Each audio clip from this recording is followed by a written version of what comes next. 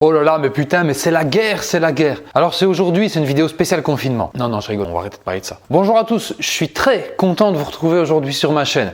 Alors aujourd'hui, de quoi on va parler? Cette vidéo va s'adresser principalement aux entrepreneurs et aux freelances. Parce que j'ai reçu pas mal de messages et je reçois souvent, de toute façon, ce genre de messages me demandant comment fixer ses prix, est-ce qu'il y avait des manières de choisir ses prix, comment définir ses tarifs, etc., etc. Donc du coup, je me suis dit que c'était intéressant pour les entrepreneurs et pour les freelances de faire une vidéo à ce sujet. Moi, au cours de mes différentes années de vadrouille dans le monde de l'entrepreneuriat et dans le monde du freelancing au début, parce que j'étais juste freelance, après je suis devenu entrepreneur, j'ai développé des petites techniques, j'ai développé une sorte de trame qui me permet de définir mes prix et d'établir mes propositions commerciales. Cette trame, je lui ai trouvé un petit nom. J'ai appelé ça le mic test. Chacune de ces lettres de mic test ou mic test, si tu veux être littéral, définit un des critères qui va t'aider à définir ton prix. Justement. Chaque lettre de cet acronyme correspond à un critère qui va t'aider à définir tes prix. Mais avant toute chose, n'hésite pas à t'abonner à la chaîne, n'hésite pas à activer la petite cloche pour ne rien rater des prochaines publications. Aussi, je tenais à vous remercier du soutien que vous me témoignez dans vos messages.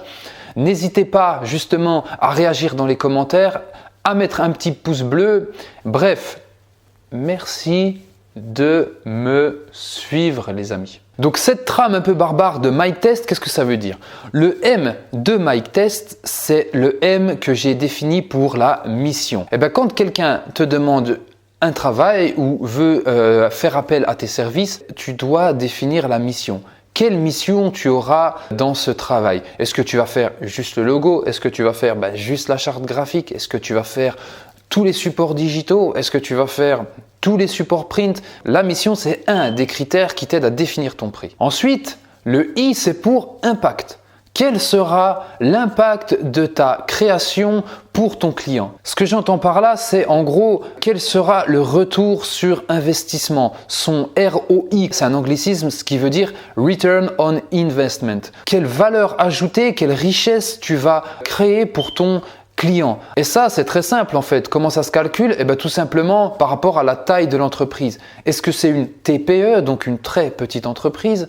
Est-ce que c'est une PME, petite et moyenne entreprise, ou est-ce que c'est une TGE, une très grande entreprise? C'est clair que si tu fais juste la devanture d'une pâtisserie dans une ville moyenne, ça va pas générer autant de richesse que si tu refais par exemple toute la charte graphique d'une TGE, d'une très grande entreprise cotée au CAC 40, tu vois.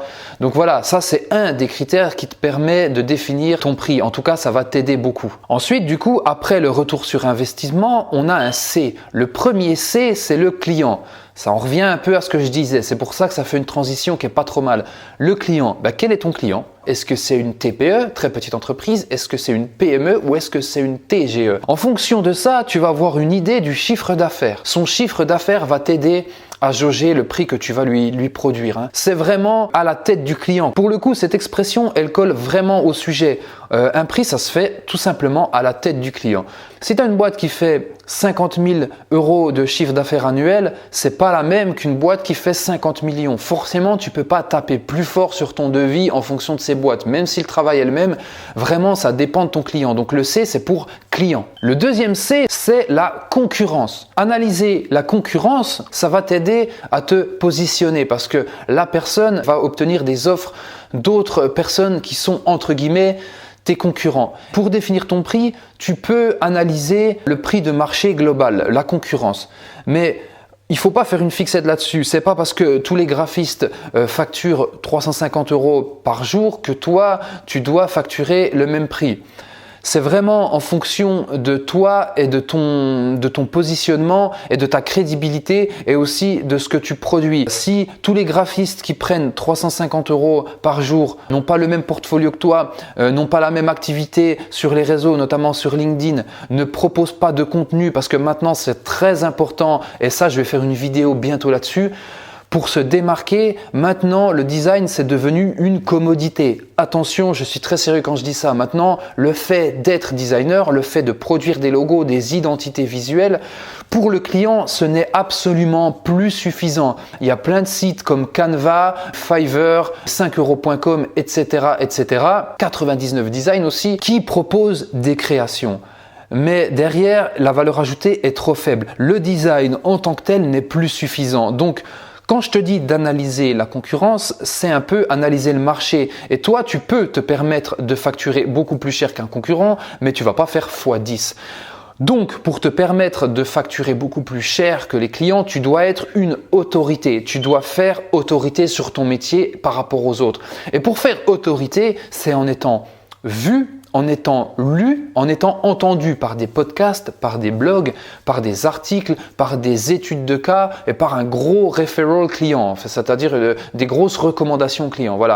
Voilà comment on fait autorité. Donc, le fait d'analyser le marché de la concurrence, c'est pour tâter un peu le terrain.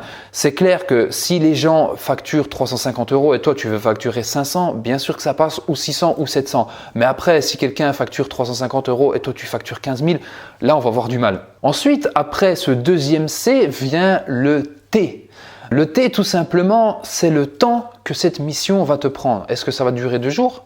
Est-ce que ça va durer 2 semaines? Est-ce que ça va durer 2 mois? Là, je suis pas en train de te dire de facturer à l'heure ou à la demi-journée parce que je suis anti-facturation à l'heure.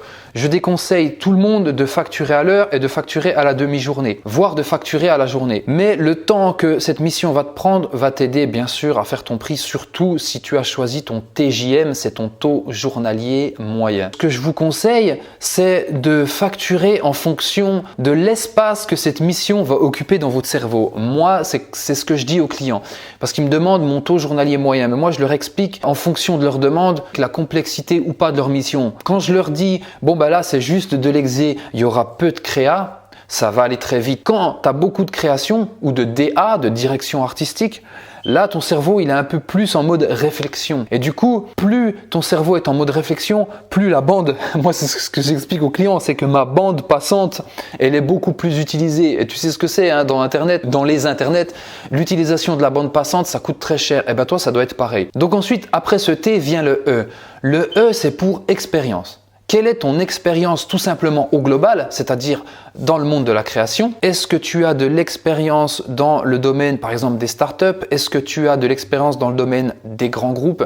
Est-ce que tu as de l'expérience dans l'illustration? Bref, si par exemple une entreprise qui est dans la pharmaceutique vient vers toi et toi tu as l'habitude de bosser dans l'entreprise de pharmaceutique, forcément tu auras une grosse expérience, donc tu auras une plus grosse valeur ajoutée. Si par exemple tu es un designer qui a l'habitude de faire des illustrations pour le monde de la mode ou le luxe, et puis une entreprise qui est dans le discount vient te voir, forcément tu auras moins d'expérience dans le discount et dans la grande consommation. Je ne vais pas dire qu'il faut casser ses prix, mais ça va t'aider à placer le curseur. À chaque fois que vous avez fini une mission, vous demandez à votre client de vous laisser un avis ou un commentaire. Avant chaque début de mission, vous dites à votre client, à la fin de la mission, l'avis c'est obligatoire. Que dès que vous avez un contact avec un client, vous lui dites à la fin de la mission, il faut un avis. Ensuite, après ce E d'expertise, vient le S. Ce S, tout simplement, il est là pour skills. Skills en anglais, ça veut dire tes compétences, tes capacités. Quelles compétences allez-vous mettre en œuvre dans cette mission? Est-ce que